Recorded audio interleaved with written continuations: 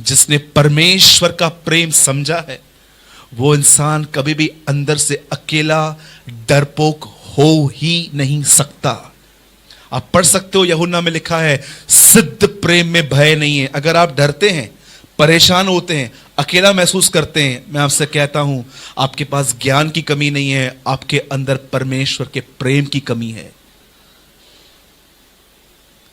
प्रेम करना अलग चीज है, प्रेम पाना अलग चीज है। आप प्रेम उनसे करते हो जिनसे आपने प्रेम पाया है।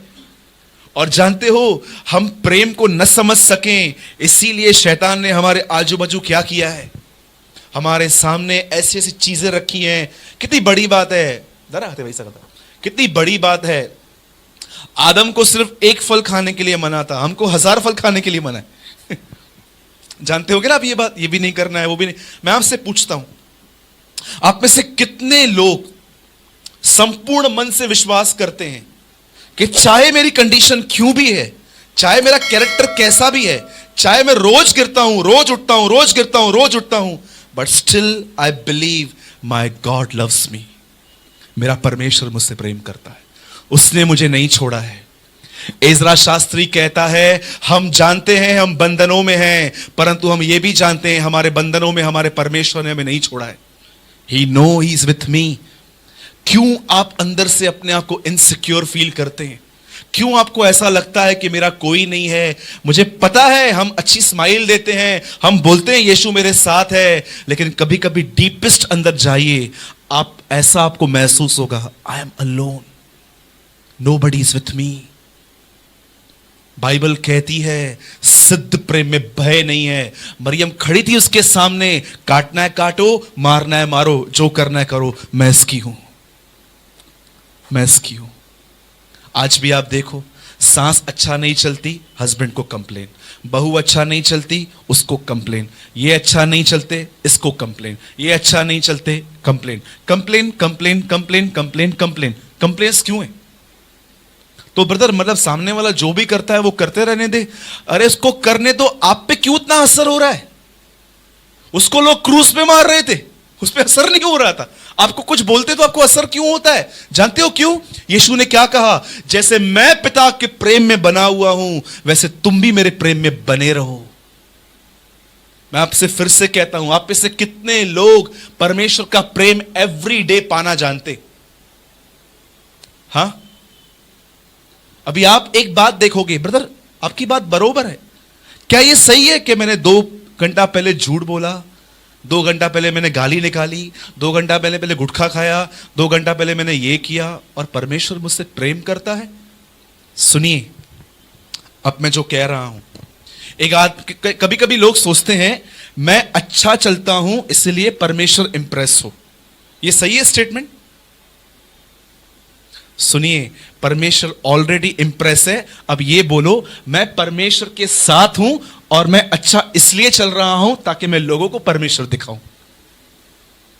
How many people understand? नहीं समझे? कुछ लोग सोचते हैं कि मैं अपने कामों से परमेश्वर को इंप्रेस करूंगा। मैं आपको बताता हूं, परमेश्वर आपसे इंप्रेस है, अब उसके साथ रह के दुनिया को बताओ कि वो कितना अच्छा है। नहीं समझे? कितने लोगों ने इस वचन को पढ़ा है? हमारे भले काम चिंदियों के समान है। बाइबल में ऐसा कोई वचन नहीं है भैया हां मत करो। बाइबल नहीं कहती है कि तुम्हारे अच्छे भले काम चिंदियों के समान है। बाइबल कहती है फटी चिंदियों के समान है। बोलो फटी, बोलो फटी चिंदियां, जोर से बोलिए। हाँ, फटी चिंदियां, हमारे सो मस्त गालाई। अब सब यहां ध्यान दीजिए, ये शर्ट जो मैंने पहनी है ना, मैं सिंधी परिवार से हूं इसलिए बोल रहा हूं, ये जो शर्ट मैंने पहनी है ना, ये मैं कम से कम 3 साल और पहनूंगा। और जब यहां से धागे निकल के बाहर आएंगे ना, फिर मेरे को मम्मी बोलेगी बेटा अभी इसको फेंकना, अभी इसको ना गणों ने छोड़ी नहीं कि नहीं मम्मी पहनने दे। फिर जानते हो क्या करूंगा? फिर मैं इसको रात को पहनूंगा सोते समय, फिर 2 साल में रात को पहनूंगा। ठीक है? उसके बाद क्या होगा? उसके बाद भी मेरी मां इसको नहीं फेंकेगी। इसके बाद जानते हो क्या होगा? बाथरूम के बाहर वहां रख देगी कि कभी भी लोग आते जाते हैं ना, इसके ऊपर पैर रख के अंदर जाए। जगह सिंधी में सुना पोचो, लिसन, अब मुझे बताइए, वहां पर जब ये पूरा फट जाएगा, अब किस काम का आएगा? अब किस काम का है? अगर चिंदी हो ना, ये चिंदी खराब हो जाए तो आप बर्तन वाले को देके बर्तन लेते हो, लेकिन फटी हुई चिंदी किस काम की? आप जानते हो बाइबल क्या कहती है? तुम्हारे काम चिंदी नहीं है, तुम्हारे काम फटी चिंदियों के समान है। अगर आपको ऐसा लगता है ना कि मैं परमेश्वर को प्रसन्न कर सकता हूं, तो प्लीज आइए थोड़ा नीचे उतरिए, आप थोड़ा ज्यादा आत्मिक बन गए हैं। पौलुस क्या कहता है? लिखी हुई बातों से आगे मत बढ़ो। बोलो, परमेश्वर मुझसे खुश है, मुझे अब परमेश्वर के साथ रहकर परमेश्वर का नेचर रिवील करना है। सिंपल बात। बोलो यीशु मसीह की। तो कितने लोग परमेश्वर का प्रेम जानते हैं? मेरे पीछे जोर से बोलो, परमेश्वर का प्रेम मेरी बाइबल स्टडी पर डिपेंड नहीं है। बोलो, परमेश्वर का प्रेम मेरी लंबी प्रार्थनाओं पर निर्भर नहीं है। बोलो, परमेश्वर का प्रेम 40 दिन के उपवास में भी निर्भर नहीं है। बोलो, परमेश्वर का प्रेम परमेश्वर पर निर्भर है।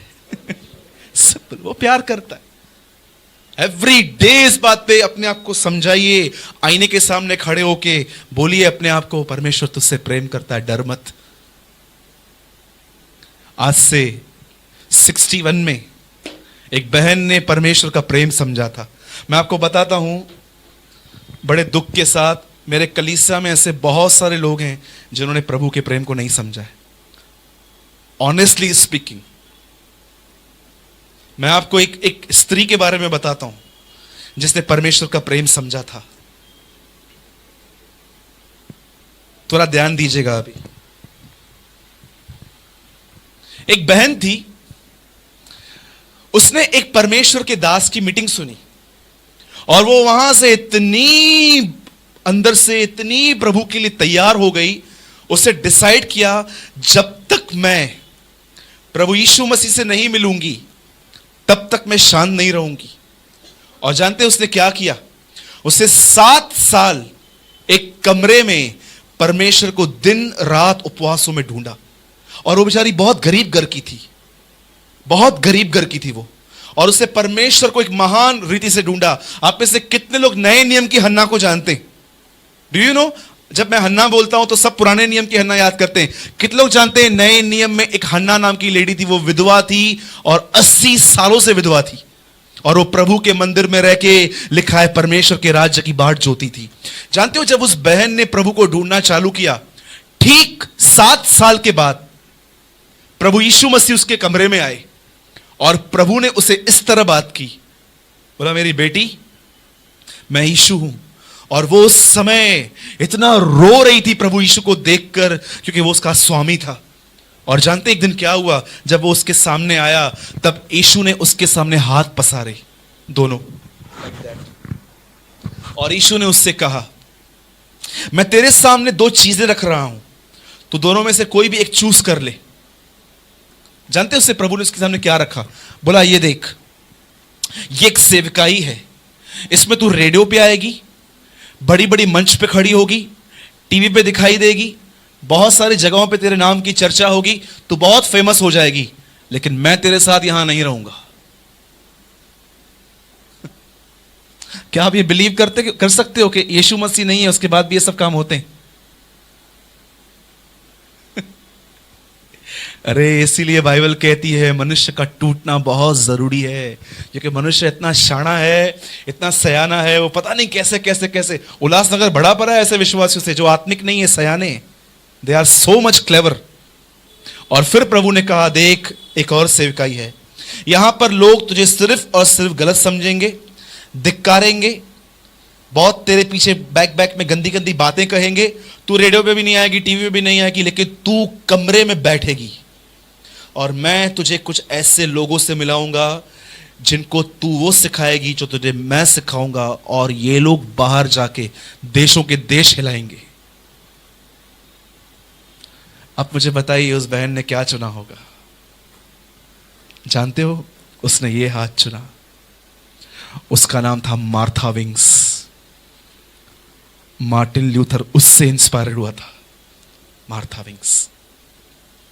हमें क्या लगता है कि मसीह बनना बड़े आदर की बात है, मसीह बनना मतलब एक बड़ी बात है। मैं आपसे कहता हूं 53 अध्याय यशाया को आराम से पढ़ो। सच्चा यीशु अपने दिनों में धिक्कारा गया था, नकारा गया था, उसे कोई भी इज्जत नहीं मिली थी। और आज देखिए हमें कितनी इज्जत मिलती है, हमको नाम मिलते हैं, pastor, reverend, doctor, bishop, cardinal, pope. आप देखो कितने नाम मिलते हैं, टाइटल, जबकि यीशु मसीह अपने चेलों को बोलता था, हे मेरे धन्य दास। मैं आपसे कहता हूं जितना नीचे होंगे उतना जल्दी यीशु से मिलेंगे। जितना नीचे जाएंगे, बहुत लोग दुआ करते हैं ना, प्रभु, ओ प्रभु। मैं आपको कहता हूं यीशु नीचे है, यीशु ऊपर नहीं है, यीशु नीचे है। जितना नीचे जाओगे, जितना नीचे जाओगे, जानते हो जितना नीचे जाओगे उससे एक दिन टकरा जाओगे। मैं आप सबके लिए मॉर्निंग में उठ के ये प्रेयर करता हूं कभी कभी, प्रभु मैं प्रार्थना करता हूं हमारा एक ही लक्ष्य हो कलीसिया का। इसने क्या किया, उसने क्या किया, अब मुझे इस बात से कोई लेन देन नहीं है, मुझे बस तुझे पाना है, दैट्स ऑल। खत्म कर बात। बोलो यीशु मसीह की। कितने लोग मेरी बात समझ रहे हैं? क्या आप ये बिलीव करते हो यीशु नीचे है कि ऊपर है? हां, अरे लाइफ चेंज हो जाएगी हमारी। आइए एक वचन खोलेंगे हम सब। बोलो यीशु। जोर से बोलिए। नहीं, जोर से बोलो। रुको, देखो अभी सब दिनेश कैसे बोल रहा है। हाँ, बोलो यीशु नीचे है, ऊपर नहीं है। बोलो ऊपर वो शरीर में है, नीचे वो आत्मा में है। यस, आइए हम सब खोलेंगे प्रेरितों के काम 7वां अध्याय, acts of the apostle chapter 7।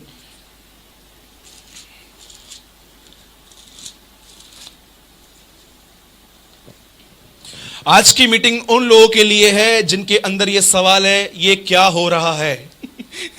बोलो जय मसीह की। बोलो ये क्या हो रहा है?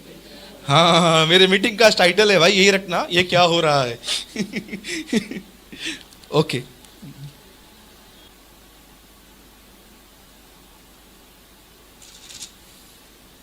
हाँ, पढ़िए कोई 7:22।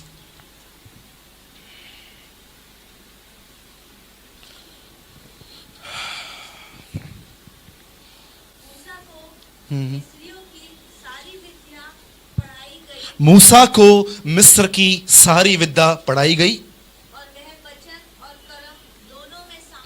वह वचन और कर्म दोनों में सामर्थी था। आइए सब यहां देखिए, भी ध्यान दीजिए इन बातों पर। बाइबल कहती है एक व्यक्ति था जिसका नाम था मूसा, उसकी मां का नाम था योशाबेल।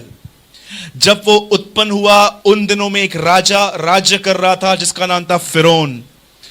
और जब उसे यह मालूम पड़ा, भविष्यवाणी हुई कि एक राजा को जब यह मालूम पड़ा कि उसकी प्रजा में कोई ऐसा पैदा हुआ है जो राज्य लेगा, उसने क्या किया, सारे बच्चों को मरवाने के लिए कहा। नए नियम में भी सेम ऐसा ही हुआ। राजा हेरोदस ने यीशु मसीह को मारने की कोशिश की। History repeat. And third thing, जब यह हुआ तो मूसा की मां ने एक रिस्क ली। उस बच्चे को उसने एक टोकरी में डाल के पानी में रखा, और जब वो उस पानी में बह रहा था तो बाइबल कहती है यह पानी फिरौन के घर से राजा के यहां से पास होता था। और जब फिरौन की बीवी, राजा की बीवी ने देखा कि यह बच्चा इतना सुंदर है, यह मरने के लिए जा रहा है, उसने उसको उठाया और अपनी एक दाई को दे दिया कि इस बच्चे को तू पाल। और जानते हुआ क्या, वह बच्चा इजरायली था पर उसे विद्या मिस्र की दी गई, उसे कपड़े मिस्र के दिए गए, उसे खाना मिस्र का मिला, उसे पढ़ाई मिस्र की मिली। और जानते हो बाइबल क्या कहती है, बड़ा होकर वो विद्या में, मतलब स्टडीज के अंदर बहुत मजबूत था। लिखा है मूसा कर्म और वचन में सामर्थी था। What is the meaning of कर्म एंड वचन? इमाउस के मार्ग पे प्रभु यीशु मसीह चेलों के साथ चल रहा था, और ये दोनों चेले कहते हैं, क्या तुम यीशु को जानते हो जो वचन और कर्म में सामर्थी था? Same word. जानते हो वचन और कर्म में सामर्थी का मतलब क्या होता है? मतलब मोसेस एक पावरफुल स्पीकर था, और अगर आप उसकी बॉडी देखो तो वो उसमें भी कम नहीं था। और एक दिन जब उसे यह पता चला कि वो मिस्र का नहीं है, इजराइल का है, तब वो अपने भाइयों से जो गुलामी में थे उनसे मिलने के लिए गया। तो उसने क्या देखा? एक मिस्री एक इजरायली को मार रहा था। और जानते हो उसने क्या किया? अब मैं आपको उसकी ताकत बताता हूं। लिखा है एक नॉकआउट मारा, एक रॉक बॉटम मारा उसने, वो आदमी ऑन द स्पॉट मर गया। आप समझते हो, आप किसको एक फाइट मारो और वो आदमी ऑन द स्पॉट मर जाए, आप समझ सकते हो उस आदमी की तो कितनी ताकत होगी। ये मूसा इतना मजबूत, बगैर परमेश्वर से मिले हुए था, वचन और कर्म में सामर्थ्य। मैं आपको बताता हूं, बहुत लोग आज भी बहुत मजबूत बातों में और कामों में है, ये परमेश्वर के किसी काम के नहीं है, ये किसी अच्छे काम के योग्य नहीं है। ये मैं नहीं, बाइबल कहती है। याद रखना, आप एक अच्छे बिलीवर हैं, लेकिन अगर आप सेवकाई करना चाहते हैं तो आपको बुरी बातों से नहीं, आपको अपनी अच्छी बातों से भी खाली होना पड़ेगा। तुम्हारा कुछ नहीं चाहिए। प्रभु मैं आपके लिए काम करना चाहता हूं। बेटा किसकी झील है? मेरी झील है, तेरी है नहीं चाहिए। प्रभु मेरे अंदर बहुत आपके लिए कुछ करने का जिज्ञासा है। किसकी जिज्ञासा है? मेरी जिज्ञासा है, नहीं चाहिए। इसलिए बाइबल कहती है अगर इब्राहिम कामों के द्वारा धर्मी ठहरते तो उन्हें घमंड करने का मौका मिलता। इसीलिए यीशु मसीह जब सेवकाई करने के लिए गया तो उसने फरीसियों को नहीं चुना, ऐसे मछुआरों को चुना जो जीरो थे, ताकि वो घमंड न करें। अब जानते हो यहां पर क्या हुआ? अभी इतना पावरफुल आदमी है, इतना सामर्थ्य आदमी है, इस आदमी को परमेश्वर को इस्तेमाल करना था। अब देखिए इस्तेमाल कैसे कर रहा है। उसके बाद जब इसके हाथ से हत्या हो गई, यह आदमी भागकर एक जगह पे गया, और जानते हो वहां पर उसे एक आदमी मिला, उसका नाम था यित्रो, और उसकी तीसरी बच्ची के साथ मूसा की शादी हुई। और अब मूसा अपने ससुर की भेड़ और बकरियों को चला रहा था। अब मुझे एक बात बताइए, एक आदमी 15 पास करके 5 डिग्री लेके किसी कपड़े की दुकान पे काम कर रहा है, आप कभी सोच सकते हो उसकी हालत क्या होगी? एक बच्ची अपनी मां के घर में क्वीन थी, पर आज वो अपनी सास की सुन सुन के चुपचाप चल रही है। कभी आपने सोचा उसकी हालत क्या होती है? कभी आपने यह सोचा कि वो लोग जो इतना कमिट करते हैं एक दूसरे के साथ और अचानक अलग हो जाते हैं, आप सोचते हो उनकी हालत क्या होती है? परमेश्वर ने मूसा को ठाना कि वो ऐसा हो, और जानते हो हुआ क्या? बाइबल क्या कहती है? जब भी मूसा अपने ससुर से मिला, उसने उसको बोला ये काम कर, हमेशा बकरियों को चरा। और वो मूसा जो मिस्र में एक उन दिनों का मिस्र यूएस था, यूनाइटेड किंगडम अमेरिका था, और वो आदमी बकरियों को चरा रहा था। कितने साल? 40 साल। और 40 साल के बाद एक दिन एक बकरी हारेब पर्वत पे चढ़ गई। हारेब को क्या कहते हैं? द माउंटेन ऑफ गॉड, परमेश्वर का पर्वत। और मूसा वहां गया और एक झाड़ी देखी जो जल रही थी पर खाक नहीं हो रही थी। वहां से आवाज आती है, मूसा, हे मूसा। मूसा कहता है क्या आज्ञा? जा मेरे लोगों के पास, मिस्र में जा। जानते हो मूसा क्या बोलता है? क्या बोला मैंने पहले आपको? स्पीच में, कामों में वो सामर्थ्य था। अब ये मूसा 40 साल के बाद कहता है मैं बद्दा हूं, मैं बात नहीं कर सकता। ब्रदर सेवकाई के लिए चलना है क्या? तू रेडी है? हां रेडी है, बरोबर है। तू प्रभु की दृष्टि में रेडी नहीं है, क्योंकि तू रेडी है। जिस समय आप ये महसूस करते हो कि मैं योग्य नहीं हूं सेवकाई के लिए, आप तैयार हैं। Did you believe? जैक पोनन ने कहा बाइबल नॉलेज, लंबी लंबी प्रार्थनाएं, बड़े बड़े उपवास, यह परमेश्वर की सेवा नहीं होती। परमेश्वर की सेवा टूटे हुए दिल से होती है। इसीलिए बाइबल कहती है मैं यहोवा टूटे हुए मन को तुच्छ नहीं जानता, मैं पिसे हुओं का न्याय चुकाता हूं। क्यों बाइबल विधवाओं से इतना प्यार करती है? आपको पता है क्या बोलती है? मैं यहोवा विधवाओं का पति हूं। Do you believe? जो विडोस हैं, क्यों बाइबल विडोस को इतना फेवर करती है? आपको पता है क्यों बाइबल डिवोर्सियों को इतना फेवर करती है? क्यों करती है? क्योंकि वो टूटे हुए लोग हैं। बाइबल कहती है प्रभु की नजर में निर्मल और शुद्ध भक्ति यह है कि तुम विधवाओं की सुधि लो। यीशु की समय की मां विधवा थी। कितना विधवाओं का बाइबल के अंदर जिक्र है। एक लेडी थी जो विधवा थी, जो बार बार न्यायाधीश के पास आती थी। 2 दमड़ियां डालने के लिए कौन आई? विडो, विधवा आई। मैं आपको कहता हूं, अगर आपको परमेश्वर बरकत देता है ना, आशीष देता है ना पैसों की, ढूंढो कौन सी विधवा है और बड़ी बुद्धिमानी से उनकी मदद करो। क्योंकि अगर उनके पास बच्चे हैं तो आप शायद समझ भी नहीं पाओगे वो बेचारी बच्चों को पाल के नौकरी करके कैसे जी रही है। वो जब रात को सोती भी है ना, बस अपने बच्चों को देख के सोती है। मैं विधवाओं को जानता हूं। और जानते हो फरीसियों के लिए क्या लिखा है? ये विधवाओं के घरों को खा जाते हैं। एक विधवा ने घर खरीदा और उसको देने के लिए रेंट नहीं है। हर 1 तारीख को जाके पहुंच जाते हैं और बोलते हैं पैसा निकाल चल। यीशु बोलता है देखो ये विधवाओं के घरों को खा जाते हैं। जानते हो जब मूसा 40 साल तक, अब आप मुझे बताइए, आप में से कोई भाई ऐसा बैठा हुआ है यहां पर जिसने कभी फादर इन लॉ के अंडर में काम किया है? घर जवाई मूसा ऐसा था और वो बेचारा चुपचाप से काम करता रहा। और 40 साल के बाद देखिए क्या हुआ। 40 साल के बाद वो मूसा एक लकड़ी लेके वापस वहां गया और जानते हो हुआ क्या? उनको वहां से निकाल के ले आया। और निकालने के बाद देखिए क्या होता है। एक जगह पे वो खड़े हुए जिसका नाम था लाल समुंदर। वो राजा उनको मारने के लिए वापस आ रहा था और सामने समुंदर था। आज से 40 साल पहले इस आदमी ने अपनी ताकत से सिर्फ एक को मारा था। अब ये टूटा हुआ आदमी समुद्र के सामने लाठी लेके खड़ा है और सारी मिस्र की सेना वहां खत्म हो गई। That is the power of the broken man. अब मैं आपसे एक बात पूछता हूं, क्या होता है टूटना? आप में से कितने लोग बात जानते हैं? यीशु मसीह का आखिरी संदेश क्या था? उसने अपने हाथ में रोटी ली और कहा जब कभी मुझे सिमरण करो तो याद रखना मैं इस रोटी के समान तोड़ा गया हूं। क्या होता है टूटना? आप जानते हो बाइबल के अंदर पहला व्यक्ति कौन है जो प्रभु के हाथ से टूटा था? बताइए, टूटने का मतलब क्या होता है? आपको पता है? What is the meaning of brokenness? लिखा है ना, मरियम इत्र की बोतल को तोड़ के गई और सारा घर सुगंधित हो गया। टूटना, यीशु ने रोटी को तोड़ा और बांटा। आप जानते हो आपको कब परमेश्वर पर विश्वास करने की जरूरत है? When he breaks you, जब वो आपको तोड़ता है।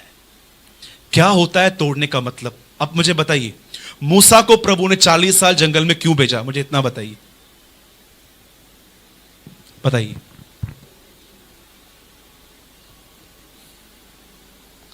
जानते हो, एक होती है पवित्र आत्मा की सामर्थ, एक होती है अपनी सामर्थ। बहुत सारी बहनें और भाई इस वर्ड का यूज करते हैं। मैं हूं ना, ये बड़ी खतरनाक चीज है। आप जानते हैं यूहन्ना के 15वें अध्याय में यीशु ने एक वचन कहा, जैसे डाली पेड़ से अलग होके फल उत्पन्न नहीं कर सकती, वैसे ही तुम भी मुझसे अलग होके कुछ नहीं कर सकते। जानते हो, ये खाली नाम की बात हो जाती है कई बार कि मैं प्रभु के अलग होके कुछ नहीं करता हूं, जबकि हम